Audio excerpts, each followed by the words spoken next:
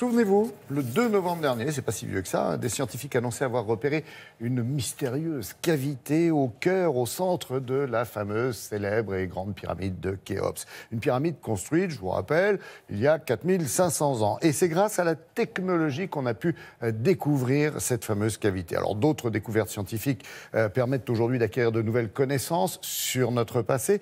Laurence Beauvillard, du coup, est descendue dans une grotte de Villars où des, alors je lis, paléoclimatologues ont travaillé sur la datation. Il y a des milliers d'années, des hommes se sont glissés sous la terre. De leur passage, ils ont laissé des traces. Dans cette grotte du Périgord, la grotte de Villars, au fil des siècles, chevaux, bouquetins et animaux d'un autre temps se recouvrent d'un glaçage protecteur, un voile de calcite. Alors ici, en fait, c'est un homme qui fait face à ce bison. Alors ces scènes, il n'en existe que deux en France. Il y en a une à Lascaux, dans le fond du puits, et une autre donc à la grotte de Villars. Ça a été découvert en quelle année? Eh bien la découverte a eu lieu en janvier 1953. C'est le Spéléo Club de Périgueux qui a découvert la grotte. Ils ont eu accès à la salle des peintures par une minuscule chatière. Ils sont rentrés et ils sont tombés sur la salle des peintures. Magique. Typiquement à Villars, donc on a utilisé quasiment toutes les techniques de datation possibles pour dater des œuvres pariétales. Donc là, ces chevaux qu'on voit ici ne sont pas faits avec du charbon. Ils sont faits avec des oxydes de manganèse. On ne peut pas les dater. D'accord ? Ce qu'on a daté, ce sont des traces, la trace du passage des hommes préhistoriques, et en particulier la trace des torches. Donc il s'éclairait avec des torches et il est frotté contre les parois pour raviver la flamme de temps en temps. Et on retrouve ces traces, on appelle ça des mouchages de torches. Et là, il y a des résidus de carbone, du charbon de bois, et on a pu appliquer la méthode de datation C14. Les organismes vivants contiennent du carbone, donc quand ils disparaissent, ces atomes de carbone 14 disparaissent. Donc il y en a la moitié de ces atomes-là qui disparaissent tous les 5730 ans.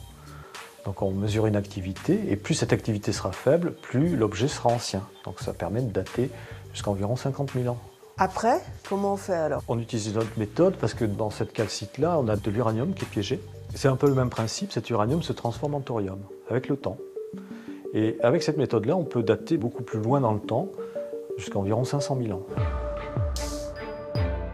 La plus vieille construction humaine connue se trouve dans une grotte du Tarn-et-Garonne, 176 500 ans. L'homme moderne n'existait pas.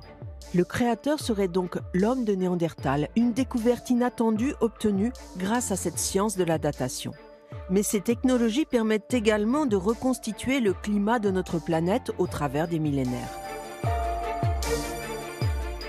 Sans sol ou sans végétation au-dessus, il n'y aurait quasiment pas de concrétion dans une grotte parce que en fait, c'est ça qui produit le gaz carbonique, qui permet de dissoudre le calcaire, etc. Donc tout ça, c'est un système où effectivement la végétation joue un rôle très important. On a une sorte de vision des variations climatiques dans le passé, rien qu'en regardant cette coupe. Et donc là, on a en fait la succession d'au moins 3 périodes pendant lesquelles se sont développées la calcite et les stalagmites qui coïncident avec des périodes chaudes. Alors ça, c'est sans doute le dernier interglaciaire, c'est-à-dire environ 125 000 ans.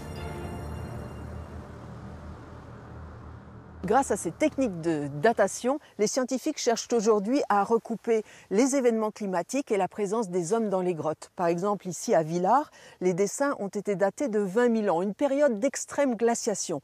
Et on peut se poser la question de savoir si les hommes sont rentrés dans les grottes pour se protéger du froid ou pour une autre raison.